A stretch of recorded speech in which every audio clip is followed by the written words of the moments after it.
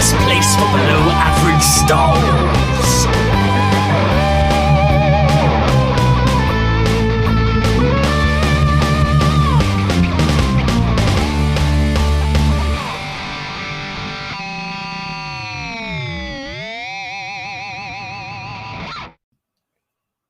Hello there, and welcome to the Star Wars Show, the best place for below average Star Wars. I am the Geordie Jedi Pete. I'm Kat Reese-Elke. And I'm Canon Junkie XL Iain. And we are back with a brand new episode of Star Wars, bringing you all of the breaking news in a galaxy far, far away. And to begin with, we've got some sad news to talk about. There's been some passings away in the Star Wars family. Firstly, Carl Weathers passed away at the age of 76. We all know Carl from, obviously, he was an NFL linebacker. He was in the Rocky movies as Apollo Creed, where he was sort of second billing to Sylvester Stallone himself. Started off as Rocky's rival, the best friend to trainer, to sort of the main character who Rocky went to get revenge for towards the end of the Rocky series. And then obviously, would still live. The character would still live through the Rocky franchise with Creed coming out. So you can just see how integral he was to sort of that type of storytelling. Obviously, with the Mandalorian, we know him as Star Wars fans as Grief Karga. A fantastic leader of the Bounty Hunters Guild, should we say, who starts off maybe as being the Mandalorian's best friend to sort of being against the Mandalorian to then sort of becoming the Mandalorian's friend again, to sort of, then becoming the leader of Navarro, the magistrate in Navarro, and an ally to the Mandalorian and Grogu, and, by the end of the later season of Mandalorian, an ally to the Mandalorian people. As well as acting in Star Wars, he's in the director's chair for 2 episodes of The Mandalorian, Chapter 12, The Siege, and Chapter 20, The Foundling. He's Emmy nominated for his efforts on The Mandalorian as well.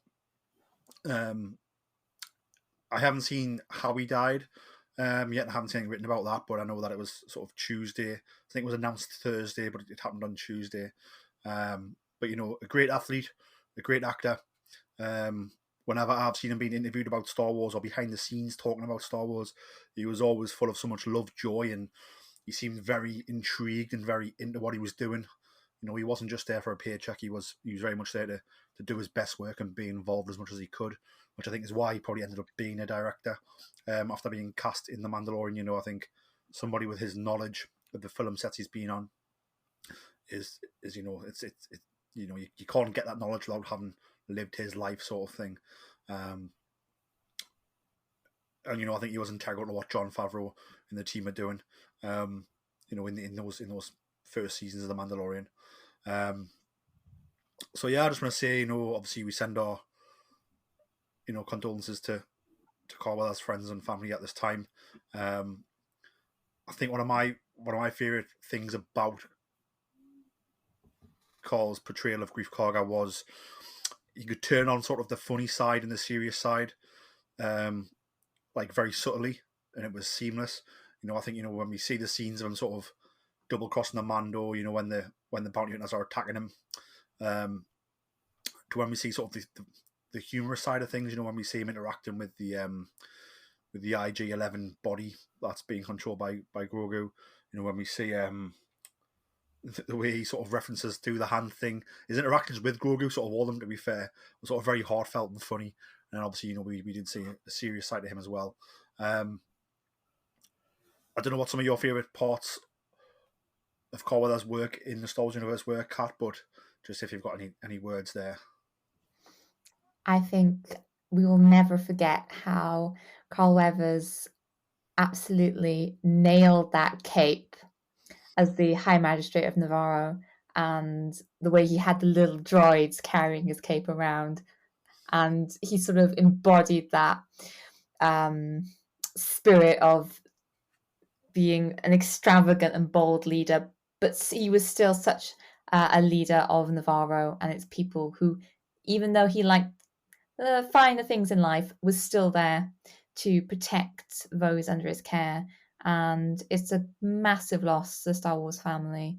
We send all our hugs and condolences to Carl Weathers' friends and family, and just as he always said, and as we always try to embody, be peace. Ian, I don't know what some of your favourite Grief Karga moments were. I think we've already said, I think we definitely need to get some more Grief Karga figures in our collection. And he's got quite a good range of collection. I think he starts off as leader of the guild, as we said, but as the season goes on, he gets a bit more grander. As it higher gets grander, so there's certainly a few different Grief Kargas we're going to add to our collection. But yeah, just sort of closing thoughts on Carl's passing, sort of, and what he gave to Star Wars. Yeah, I just want to echo what you and Kat both said. I can't really put much more on it than that. He just seems, forget the athletics, forget the actor, he just seems to be a lovely, lovely guy who, and the term legend is thrown about a bit too much these days. I think you can use the case that Carl Weathers is a legend. He'll always be a legend. Iconic roles, iconic, obviously, American football player as well. And also just a great guy. So yeah, favourite Grief Karga moments. I do like the magic hands one in season 1 of the Mando in the finale. That's quite funny. Also, yeah, just and how he used to say Mando used to make me laugh every time. So yeah, no, just like what Kat said, it's a sad day really. It is, and obviously we don't know. We know they've announced the Mandalorian and Grogu, the movie, which should be going to production back end of the year. One can only assume he was going to be a part of that, considering how much he's been a big part of the Mandalorian story so far. So I imagine we'll get updates on that as we go. From one bit of sad news to another bit of sad news, Conrad, or Leslie Conrad, as he was known, played a number of roles in the original Star Wars trilogy, including Stormtroopers, a Hoth Rebel, Gamorrean Guard. He's also standing for Ian McDiarmid. As Emperor Palpatine on Return of the Jedi has passed away. So again, just want to send our thoughts and condolences to Leslie's family and friends. I think two sides of the coin here. We've obviously got someone like Carl Weathers, who portrayed one character in Star Wars as well as went behind the scenes to like a phenomenally well level. But one thing that makes Star Wars so awesome, and the reason why it's the test of time, I think, is because of how lived in it looks and how real and seamless it seems. And a lot of it is the family of cast and crew who portray some of these background characters, your Stormtroopers, your Gamorrean Guards, your Hoth Rebels, your Cantina people, things like that in the background that just make everything seem so visceral and real. And obviously Les was one of those people who did that across the trilogy. And it reminds me of what you see some of the team do now. The creature effects people, they come in, they play a variety of different creatures through all the series and movies. Without these people, again, sort of we wouldn't be as drawn on the stars who shine if it wasn't for how just visceral and real the background seems. So again, just want to pass on our thoughts to Les's friends and family there. Let's move on to something a bit more happier, I would like to think. Star Wars Outlaws, the new open world game coming from Ubisoft, might be arriving sooner than we thought. So based on information coming from Insider Gaming, it seems that Ubisoft are targeting a first half of 2024 launch for Star Wars Outlaws, suggesting we'll be playing the game no later than the end of June 2024. It was previously suggested that the game would arrive late 2024. I think let's just go to you, Kat, first. Obviously, what's your thoughts on how this has come about, like the announcement of it maybe being sooner, and then obviously just what your thoughts are on getting a hold of the game a bit earlier? I suppose my thoughts are quite trepidatious when it comes to Ubisoft. Although they develop some incredible games, they are renowned for delaying them. So I treat any kind of announcement from them with a little bit of hesitation because of that history. At the same time, though, Ubisoft make amazing games. So if it takes longer to make a game even better, then so be it. It would be wonderful to have it in the first half of 2024. Ever since finishing Star Wars Jedi Survivor and Jedi Fallen Order, I played them back to back. I have been craving another Star Wars video game, and I would love to be able to have Outlaws sooner rather than later. A May release obviously makes sense because of May the 4th. It's the anniversary of everything we love, but it really depends upon the developers and whether they can get it ready in time. And at the same time, we know that in the game industry that there can be pushes to make games come out quickly at the detriment of the workers involved, which we absolutely do not want. I would much rather everybody works at acceptable paces and just get the game when we get it. Yeah, I think one of my, like Rockstar Games is one of my favorite game manufacturers, and obviously, mainly create the Grand Theft Auto games, and they make us wait a while for those, and also for the likes of Red Dead Redemption, things like that. But and they delay them when they need to do because they give us sort of a great product when it comes out. So for me, I think if it's ready for May, fantastic. If it's not, then delay it, and that's also fine. I think I'd rather have a good product than a rushed product, I suppose. What's your thoughts, Ian, on getting it first half of the year, I suppose, and then also your thoughts on what you're expecting from the game when we do get it? Yeah, like Kat said, I just hope it's ready if they can get it ready for May. It's interesting. I remember seeing an article this week as I was reading about this that they've got a call on the 8th of February.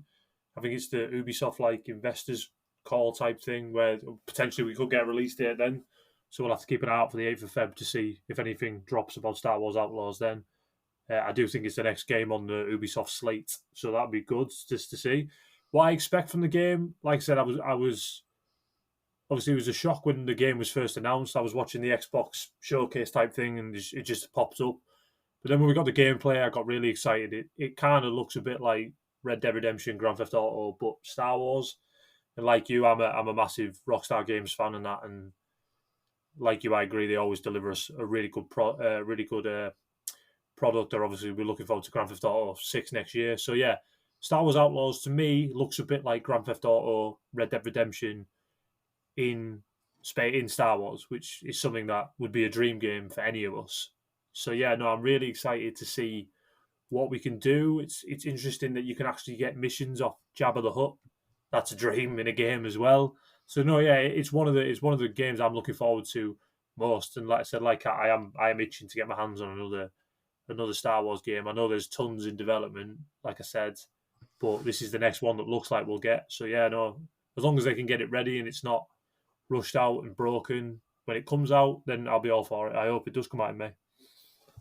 I think for me, one of the things it has going for it is that, although come out of the blue, we got a pretty awesome game trailer with a lot of cinematics, and then we also got that sort of 10-minute walkthrough trailer of like a level, and all the mechanics look like fine, the graphics look good, so obviously maybe that's all that was done, but to me, it seemed pretty far along its development, which I think is a big positive, so so I've got my fingers crossed, hoping that it's ready and good to go, and that we will get it, sooner, hopefully sooner rather than later, and hopefully around May, as Kat said, would be fantastic. May the 4th, May the 25th is the anniversary of all things Star Wars. So it's a pretty big month. May the 1st is when Star Wars: The Bad Batch finale would air on May the 1st. So we're going to have new Star Wars TV coming from end of February all the way through to the very 1st of May, and then what a perfect way to give us more Star Wars would be. Here is a new video game coming to you right now because you've just finished watching The Bad Batch. It will be a lovely little surprise. Obviously, Ubisoft have a big office here in Newcastle, where I am, obviously. So, I'm not saying that they're doing anything with the game next, I don't know, but if they are... Wait, do they? I didn't know that. Awesome to hear about that. Yep, in the city centre. I never knew that. Moving on from that, on to Lego. As mentioned in previous episodes, it is the 25th anniversary this year of Lego Star Wars. And we know that to celebrate the 25th anniversary of Lego and Star Wars coming together, we're going to get 6 exclusive brand new minifigures that are included in sets this year. So essentially, it'll be a new Lego set, and then it'll come with a minifigure that's doesn't match that set, but it's a figure that we haven't had before, or a redo with one. And what's awesome is that the first 2 have been revealed. We know we're getting Darth Malak, which is pretty awesome. And we're also getting ARC Trooper 5s, which is also awesome. And Darth Malak will be found in the R2D2 set, and the ARC Trooper 5s is going to be born in the Tantive 4. Obviously, both sets are available for pre-order now, and the release on March the 1st. But the third figure out of the 6 is set to be revealed soon. It's going to be in the Sith Infiltrator set. So that's the Sith Infiltrator, which is Darth Maul's spaceship from the Phantom Menace.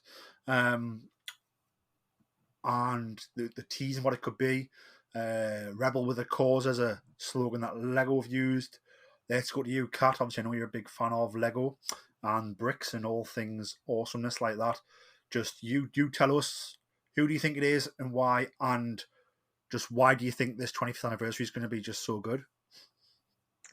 So the leaks from within the Lego development side, which happen all the time, as we are well aware, have revealed that there seems to be new elements being made very specifically for Saw Gerrera, a new Saw Gerrera minifigure. Now, there are no Rogue One sets that are planned within this year's lineup that we are currently aware of, so people are assuming that Rebel with a Cause could be Saw Gerrera. We're not definitive on that rumour, obviously, but it does kind of fit. Rebel with a Cause has to be one of the Rebel leaders, and Saw Gerrera is a minifigure we don't have. So it kind of fits with this theme of giving fans what they want, although in sets that you have to buy. I think a lot of people are probably going to be going onto the secondary market for these minifigures. I do love the characters they've chosen. They have really listened to fans and what fans have wanted. We've been asking for 5s as a minifigure for so long, and getting more of the Old Republic, Knights of the Old Republic minifigures is just brilliant. Darth Revan walked off shelves when he became a May the 4th minifigure several years ago. I do think that perhaps they're going to split opinion, because a lot of fans may just want the minifigures and not the sets. But at the same time, the sets we're getting look really interesting, and the selection from across the eras is, I think, really good choices. It looks like we're probably going to be getting at least 2 sets from each era. So I think that's a nice way to do it. It certainly is. I think for me, from what I've seen, I think the fact that we're getting sort of Darth Malak, ARC Trooper 5s, these aren't just reproductions or repaints of, certain characters, and the characters that have quite a deep connection to very different generations and audiences. So it's bringing it all together. And I think for me, if you're gonna make a unique selling point as an exclusive figure in a set, and a set that's going to be expensive, then at least make it worth our while. And I think so far with Darth Malak and ARC Trooper 5s, that is worth our while. I think if it is Saw Gerrera and it comes with like the breathing apparatus and sort of all the body armor, then that could be a really spectacular figure as well. If it is Saw Gerrera, so let's wait and see. And then obviously once the third figure is announced, we know there'll be 3 left, which would be really cool. Ian, I don't know if you've seen these minifigures that have been announced so far, but sort of what's your thoughts on, we're getting some wanted characters here that we don't get a lot of. So, there's a big hunger for these characters, I suppose. Darth Malak's a really cool one. Yeah, I remember when they announced the Darth Malak Black Series figure as well. So, yeah, anything Old Republic I'm down with. Yeah, because I think that's a big seller for people. I'm not as into the Legos as obviously Cat is and all that type of stuff, but the fact they're making a Sith Infiltrator makes me very intrigued, because that's one of my favourite ships in all of Star Wars. So if there's a Sith Infiltrator going on, might have to invest in that. I think it's been like over 10 years since we last had the Sith Infiltrator, so it definitely is a good investment if you need any excuses to buy more Lego. Probably not. And Cat, which are obviously out of the sets, we know about the 3 sets so far: the R2D2, the Tantive 4, and the Sith Infiltrator. If I had to put a gun to your head and say you only have one which one are you picking and why? And would the minifigure that comes with it be a big decision factor? Absolutely. I would just get R2D2, sell R2D2, and just have Darth Malak because that's the minifigure I want. But if it was actually buying for the set rather than the minifigure, then it would be the MIDI scale General Grievous's ship. Ooh. When is that set out? That's also scheduled for March 1st at the moment. So we're having 3 MIDI scale ships to go along with the minifigure scale models that we're also getting. And I've seen these ships, so are these ships going to be able to buy, they're not gifts or points, so you can actually purchase them from the store? No, they are purchases in the same style as 75255 Super Star Destroyer Executor. So a MIDI scale display model of otherwise sort of much bigger Star Wars ships. Awesome. Have you seen these, Ian? I think if I'm not correct, there's the Millennium Falcon, there's the Invisible Hand, there's the Tantive 4, and then I believe there is one other one. I haven't seen them, no, to be fair. No, I'll have to make sure I check them out. Kat, do you want to fill you in? I feel you can describe them a lot better than me. Like, just these mini skill ships that are coming and just like how awesome they are. Absolutely. So we are getting 3.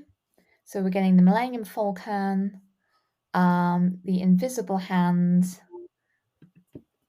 and a gorgeous rendition of the Tantive 4. So none of them come with minifigures, unlike the main anniversary sets, but they are all on stands with the new 25th anniversary brick. So they still look really exclusive, and they are still part of this anniversary wave.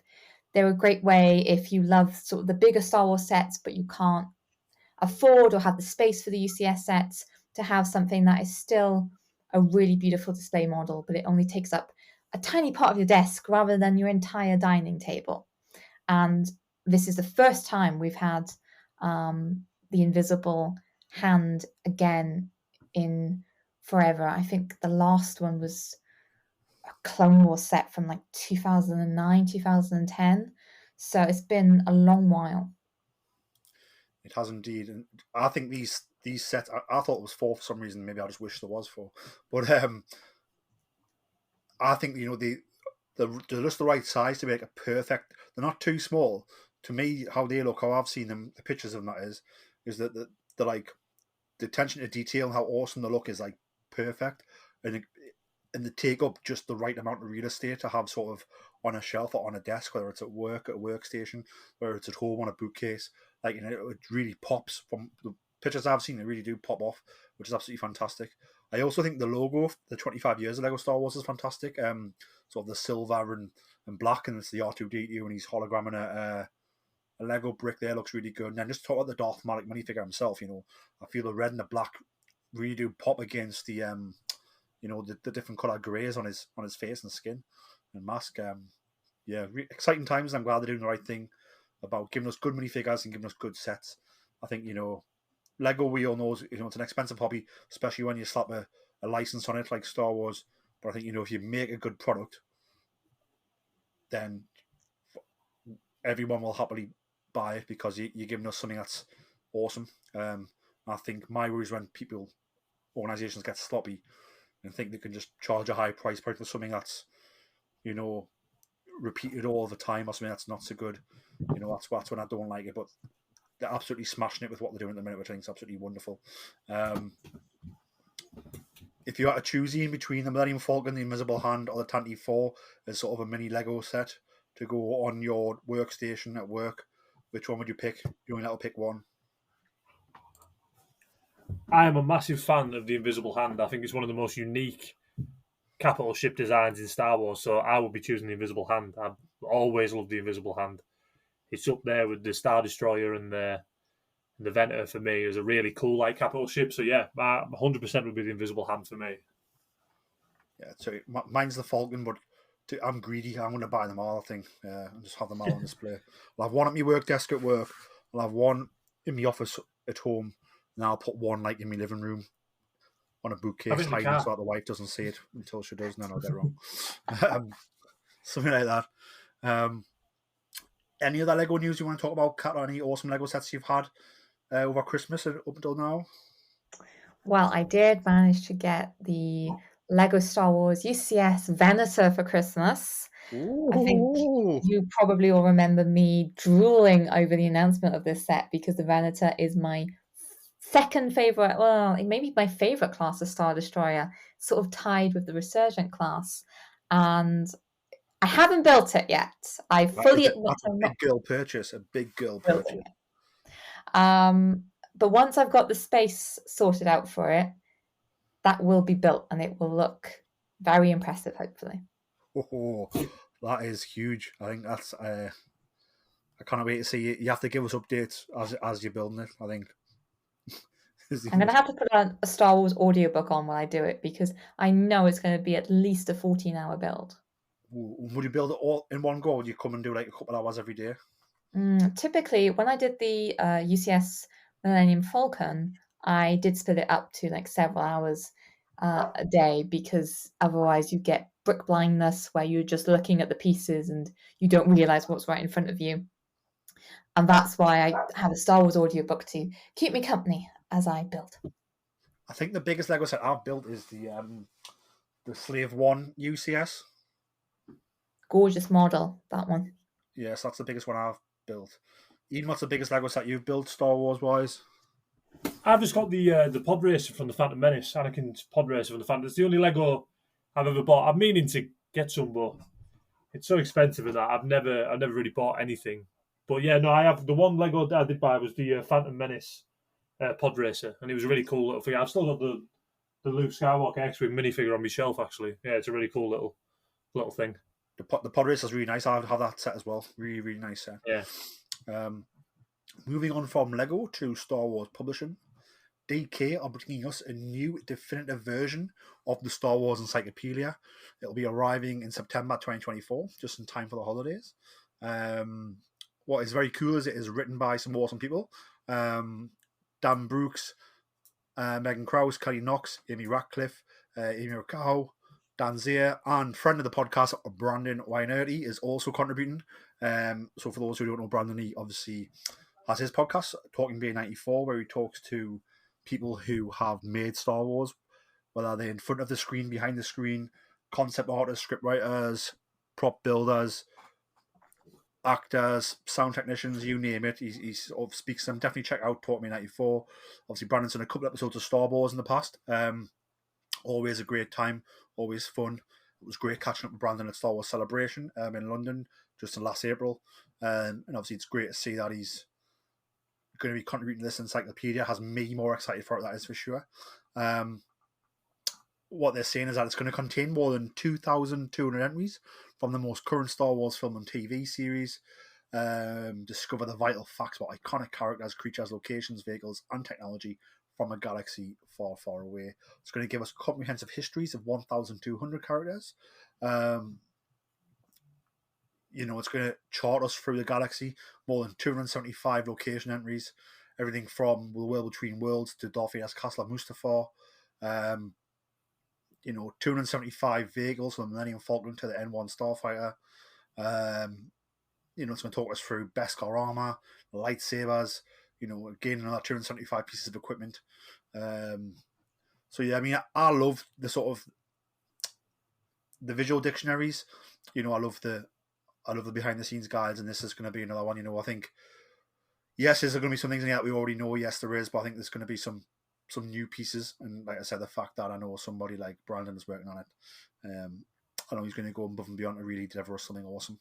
I don't know if you have a character, not just a character, but an overall Star Wars encyclopedia on your shelf, Ian. But if you do, are you ready for an upgrade? Yes, I do. I do have the last one, yeah. I think I got that twice, actually, one Christmas. I think people bought me twice. But I do. I've just got it now, actually, yeah. I do have the encyclopedia, but no, I'll be definitely interested in picking up the new one. It's got cool little facts about everyone in this one, to be fair. Just opened it up on Tion Madon. She's a great character, so that's good. I'll definitely be looking forward to getting the new one. Kat, have you got room for another Star Wars Encyclopedia with even more information about all of the awesomeness that Star Wars is? Absolutely, because when it comes to the films, they did the amazing visual dictionaries for each of them, including Rogue One and Solo, which are absolute Bibles for me whenever I'm talking about Star Wars and writing about Star Wars, because you're always double checking names, places, and sometimes there's a weird fact that you know from the dictionary and you just need to double check. And Wikipedia and the dictionaries are absolutely my go-to Bibles.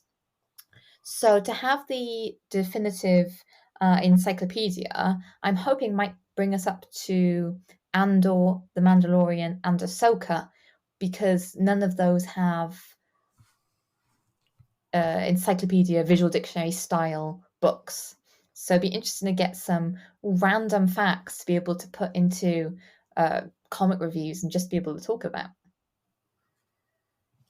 I know, and I think that's why this is coming and why they've done such a big announcement. I think, they're making a point of saying it's going to be the most current Star Wars film and TV series is sort of covered. So I think we're going to get all that juicy material. And, these new, especially Ahsoka on its own, is so rich in Star Wars history, both past, present, and future, because the way it deals with things, especially the world between worlds, it's going to be absolutely wild. So yes, I will definitely be picking this up myself as well. And obviously just very excited for Brandon. Obviously, he writes to StarWars.com as well as other places, Star Wars Insider. And it's great to see someone like that working on another Star Wars project, which is awesome. Because from speaking, I know how much he loves Star Wars. And he's up there with other Star Wars alumni, Christina Morse, who obviously works at Skywalker Sound, and is working on some awesome Star Wars stuff there. So, yes, it's great to see awesome people living an awesome dream because they've just worked so hard for it, which is absolutely fantastic. Moving on from that, I suppose let's just talk about what people have been reading lately. Let's go to you first, Iain. I know you've been reading or rereading Dark Disciple. Obviously, we've had that Bad Batch trailer with one Asajj Ventress being shown. Just talk us through why you decided to reread it and how is the reread going so far? Yeah, just to go into it, like I said, I haven't been on the show since obviously that trailer came out. Obviously, I was like anyone when it came out, saw Asajj Ventress, I was like, what? And then obviously saw that the book the events of Dark Disciple will still line up to her story in the Bad Batch. So I just thought it was a time to give it a reread. See, I remember reading it when it first came out. I can't remember when it came out, but I read it when it first came out. And then, I just thought it'd be good to go back and just get refreshed on that story, obviously, before we see Ventress's story continued in the Bad Batch. So, it's really good. It's as good as I remember it was. I'm about 100 pages in at the moment. But really enjoying it. And like I said, I just wanted to get a refresh of that story, especially since they're obviously going to keep it in line with the canon. So just wanted to get a refresh on that story before we obviously get to the Bad Batch in just about 2-3 weeks' time. I think I want to do the same. It's just about finding the time, which I'm struggling with because I'm just still reading High Republic and I get too carried away. I still play Championship Manager or 102, where I'm Newcastle United and do a great job on that.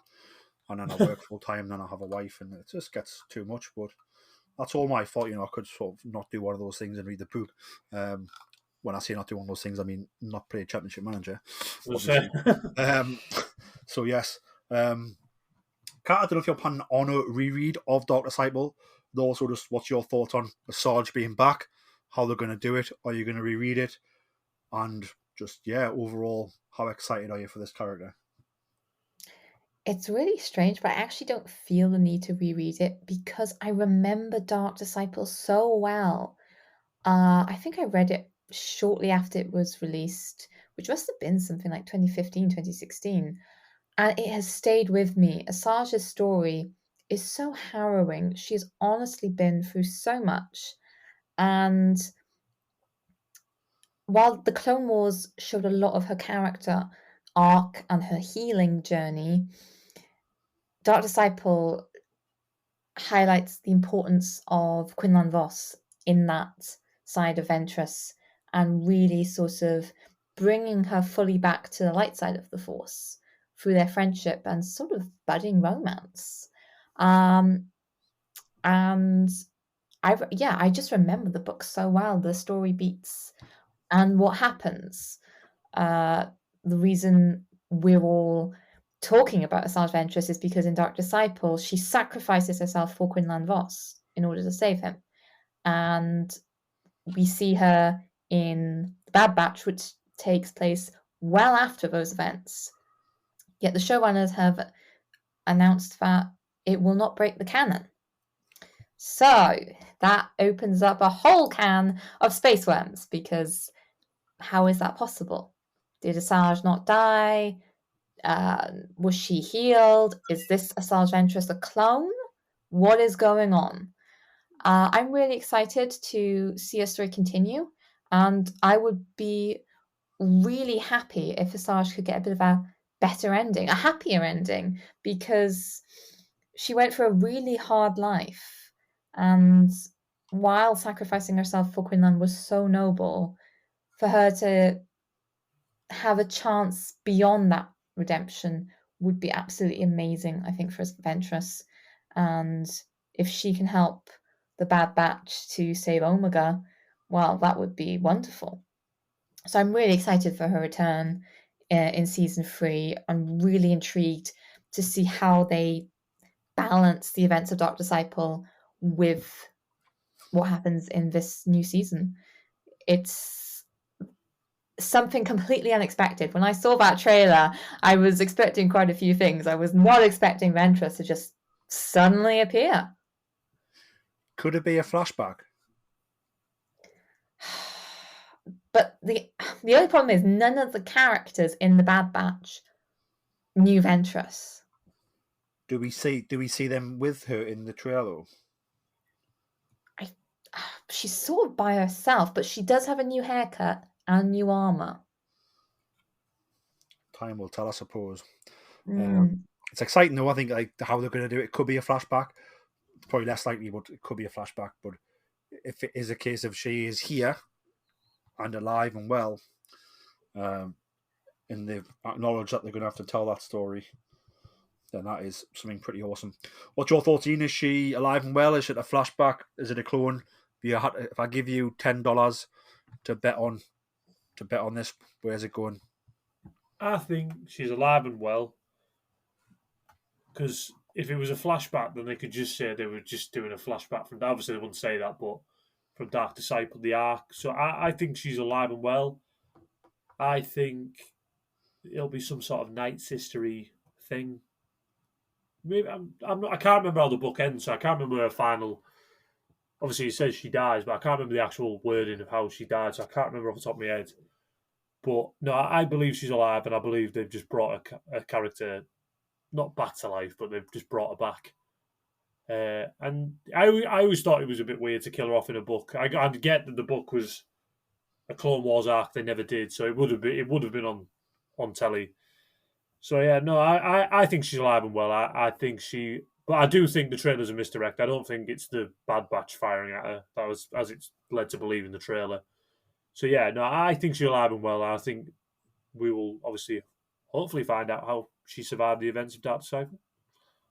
Kat, here's you who remembers it better than us. Do we get a definitive body at the end of Dark Disciple? A dead body? Ooh, I think there's a body, but I don't think Quinlan takes the body.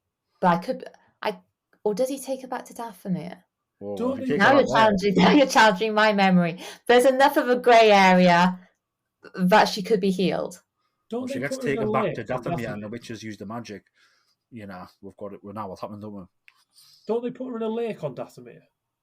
That's what I was thinking. It's Quinlan, because I remember Quinlan carrying her. Yeah.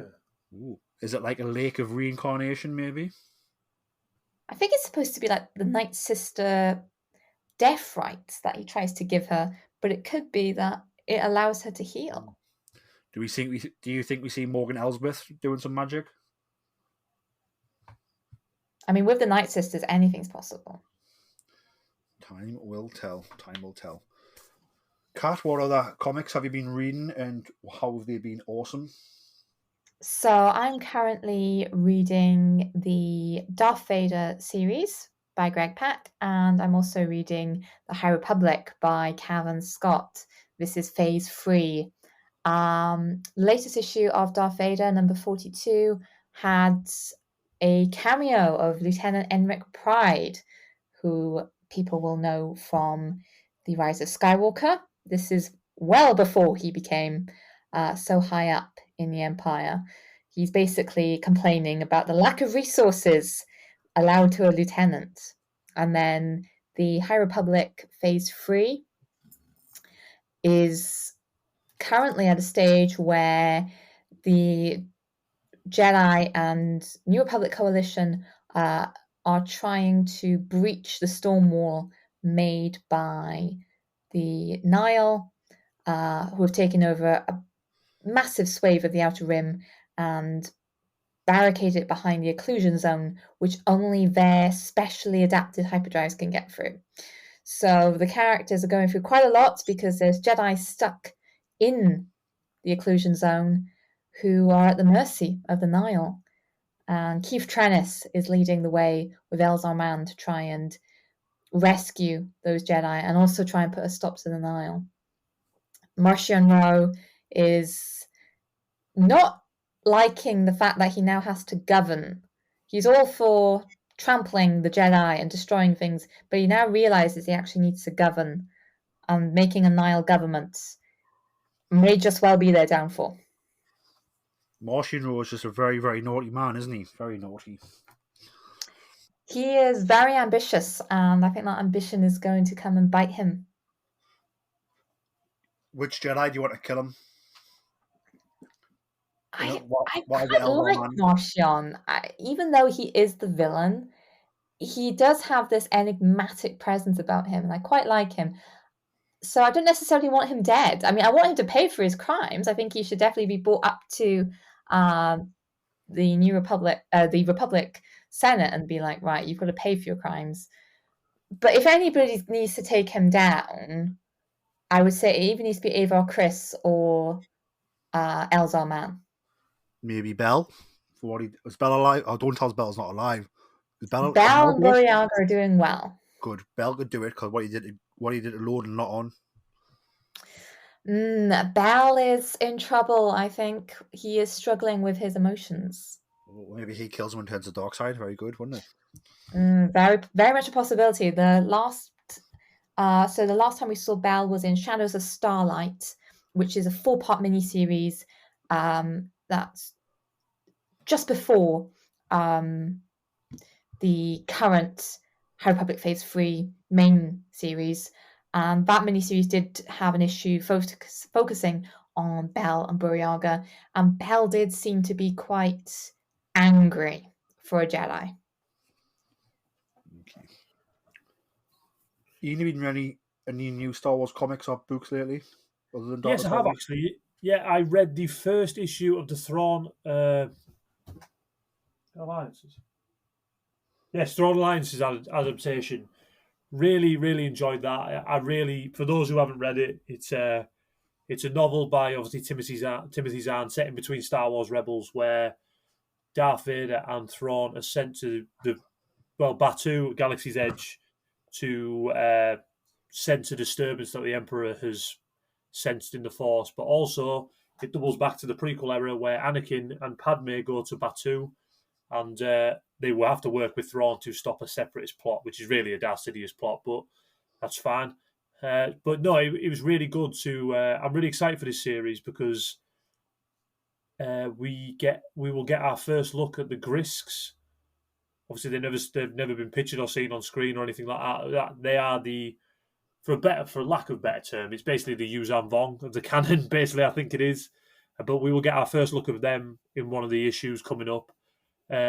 And yeah, they're really, really, really good. I also finished the Star Wars Bounty Hunters run, and I was really happy with that because we get a happy ending, really, in the end of that, which I won't spoil. But no, I was happy for Baylor Valance, who really did need to catch a break, to be fair. So I'm glad he managed to catch one.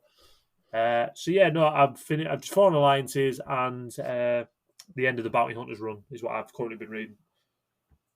Very good. So it's Bounty Hunters finished now. Yeah, it finished with issue 42, which is Oh. a really cool story. It ties into Return of the Jedi, and it also gives Baylor a role in helping them get Han out of Jabba's palace, which was really cool. I've got a few trade paperbacks to catch up on with that, so Yeah, I'll have to get them read. Maybe we can review it all once I've caught up, I suppose. I just think Baylor Valance deserved a break. He really did. Ethan did. put him through everything in that series. Yeah. I see that they are doing an adaptation of the Ahsoka series. Yes. It's going to be an 8-part series from Marvel Comics, adapted by Rodney Barnes.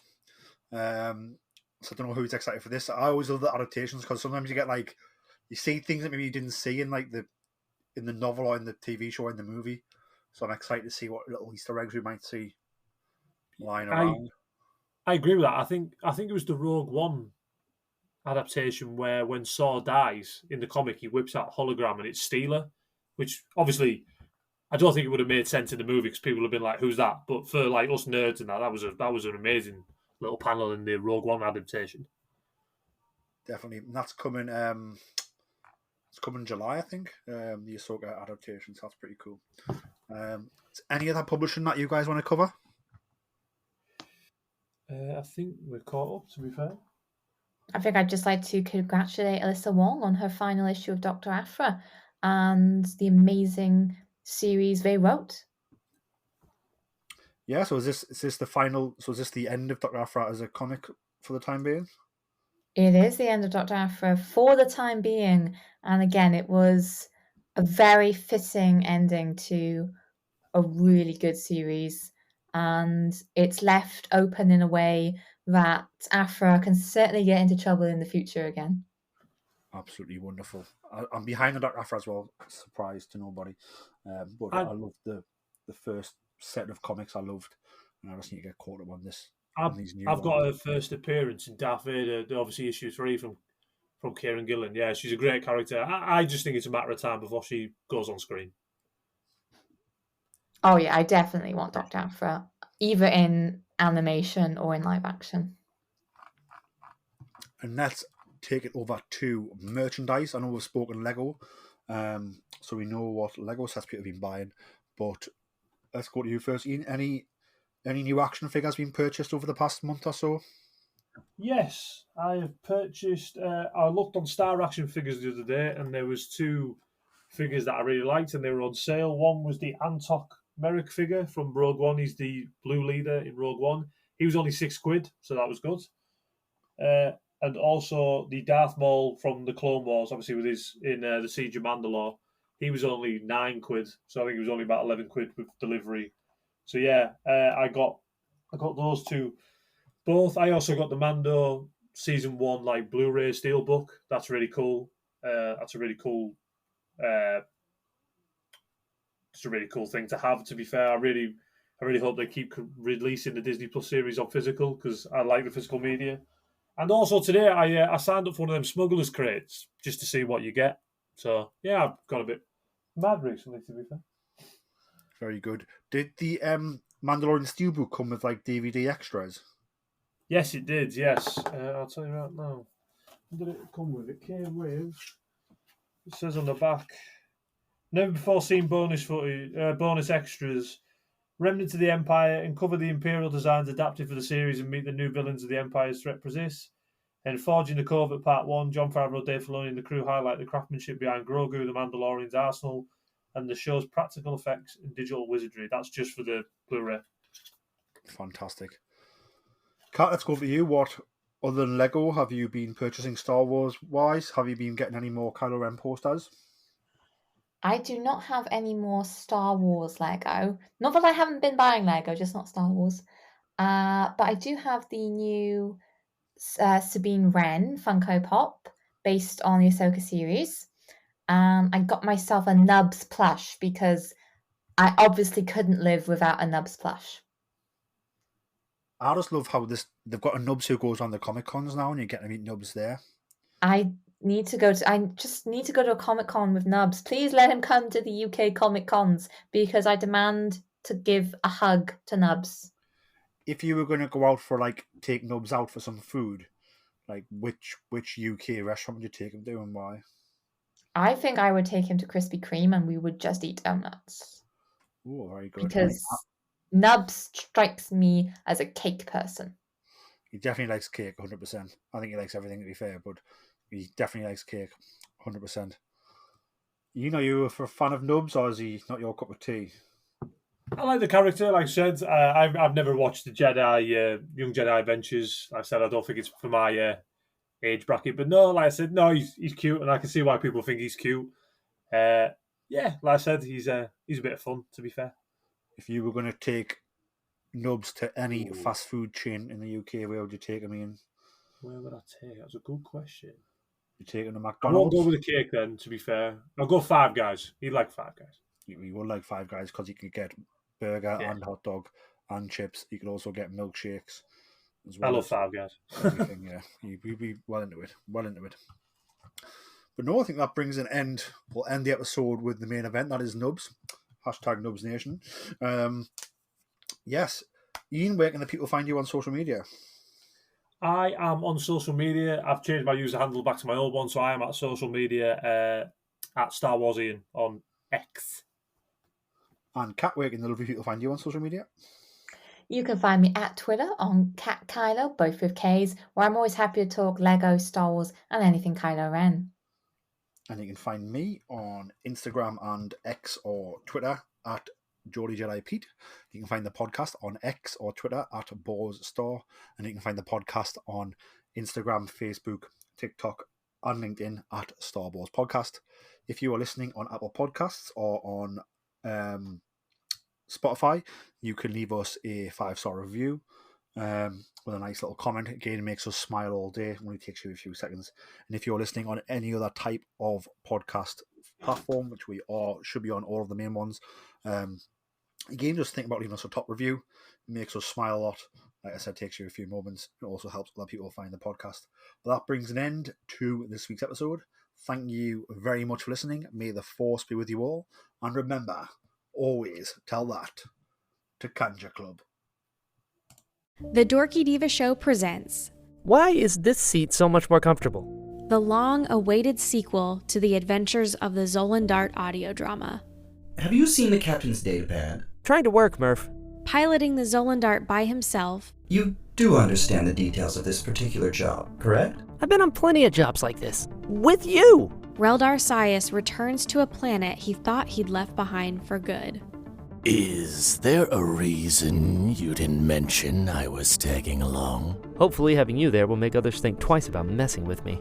Making new friends Oh, you must be the pilot of the Zolan Dart, yes? I guess I am. and reconnecting with old ones. Reldar? Vera? What are you doing here? Until past grudges resurface. I'd be minding my own business if I were you.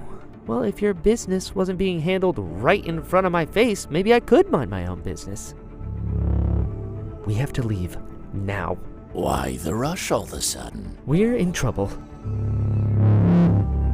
If it isn't little Reldar Sias. Hey, Yorick. Long time no see. Roz already knows you're here. Oh. Look who decided to come home. Reldar must confront his origin. I must admit, I never saw this as being a part of your past, Softshell. Or let it define his future. I will get what is owed to me, no matter the cost. Because what Roz is trying to do is wrong. Says you. My blasters, we're going to need these. Take that, Sleemo. Who do you think you are? The Adventures of the Zolan Dart, Episode 2, coming soon.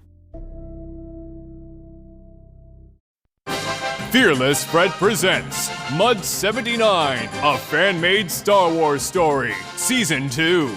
The Empire stands on the verge of total defeat, its forces in tatters after a disastrous defeat at the hands of Separatist forces. The Imperial fortress of Camp Vibus has fallen. Spies have infiltrated High Command. secessionist forces slaughter anyone friendly to the Empire. But the Mudders of Platoon 79 will not yield. They will not break, no matter the odds. For the Empire! But all is not lost. The arrival of a new commander brings hope for success. But with him comes a tighter grip, because failure is not an option. The Emperor doesn't tolerate such gross incompetence, and neither do I. The shattered remnants of Imperial might are rallied against a relentless enemy.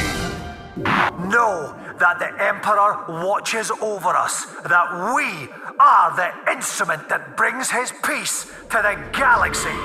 Experience the galaxy and join the Imperial forces as Solomon Kwai and the rest of the Mud Troopers march headlong towards a war they might not survive. Get down! Lead the way. Enlist today. Fearless Fred presents Mud 79, a fan-made Star Wars story. Season 2 is available for free on Apple Podcasts, Spotify, Amazon Music, or wherever you get your favorite podcasts.